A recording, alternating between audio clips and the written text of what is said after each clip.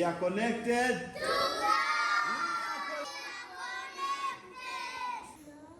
Shalom, shalom, parents and guardian, it's Madam Rachel here.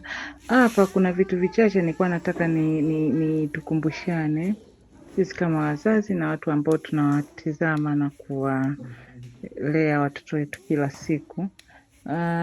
Kuna mazoea ambayo imekuwa sasa imejengeka kuwa ni tabia kwamba watoto wakiwa wanafungua shule, especially this January, watoto wakiwa wanafungua shule tunabezi sana kuangalia vitu vya elimu dunia. Yani mtoto utamwandaa shule, utaandaa kila kitu smart just for school, lakini sisi wazazi hakuna au walezi hakuna ile mazoea ya kwamba tunaangalia mtoto anafungua shule ndio ya elimu dunia, lakini vile vile anafungua Sunday school. Sunday school huwa zinatangazwa zinafunguliwa, lakini mzazi anachukulia kawaida, to the point anambeba tu mtoto wake just tu kama anambeba kama mzigo au kama kitu cha ziada anachoenda nacho kanisani, lakini hakumbuki kwamba huyu mtoto anahitaji mahitaji pia ya January kama mwanafunzi wa Sunday school.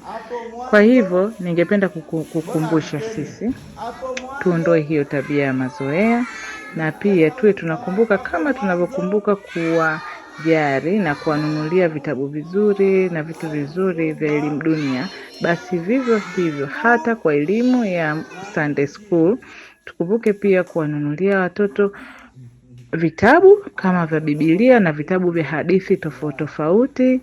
Especially this channel ningependa kusisitiza kama watoto wadogo under 5 years, kitabu cha Biblia yangu kubwa niipendayo is the best, lakini pia na vile vitabu vingine vyote venye picha na maneno mafupi ya Mungu, yes, na vya kuchora kala ili mtoto aweze kujifunza vizuri.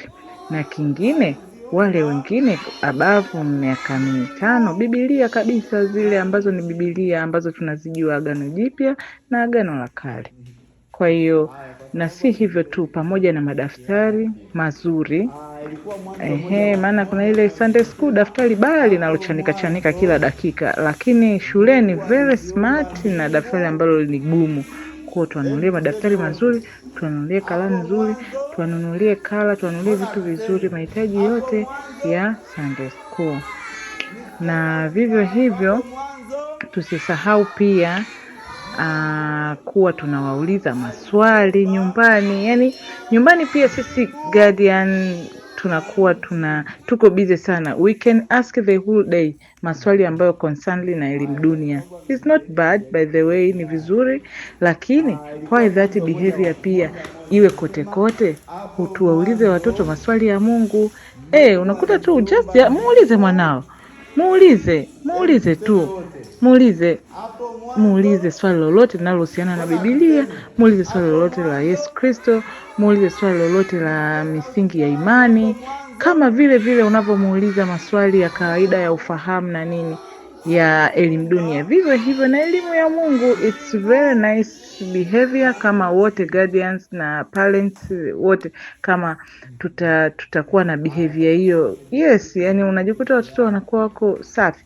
Sasa kinachotokea, walimu tu madarasani ndo nguvu ya ziada, ndo muda tu tukiwa nao we ask questions au hivyo mambo. Baada ya hapo wakifunika madaftari, kila kitu kimefunikwa, nobody cares. Na hata kwenye katuni, zipo katuni nzuri sana ambazo zinaelezea mambo ya Mungu, lakini wazazi kwenye TV na kwenye flash ambazo tunazibani kwa ajili ya kumrefresh mtoto, lakini bado tu tunatumia katuni zingine. Zipo pia za Mungu za hadithi mbalimbali na zinafundisha na kuburudisha watoto. Basi ni bora hata tukichanganya kote, lakini familia nyingi utakuta ni katuni tu za kawaida, za ufahamu wa kawaida, lakini zenye hadithi za maisha ya imani hakuna. Basi ningependa kukumbusha, because it's January, wote tuwe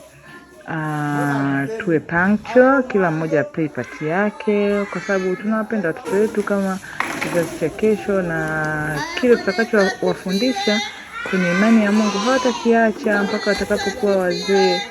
Kwa tuwapende in all aspect, na kwenye aspect ya shule tujali shule zote za msingi za elimu ya awali, so ya Sunday school na elimu dunia zote ni za msingi na zinafaa. Asante sana. By Madam Rachel. Haya, nituka nakumbushana hivyo. Kama kuna mwingine anataka cha kukumbushana, jamani tukumbushane because it's January. Wote tu tukumbushane, mwezi wa kwanza sasa. Yes.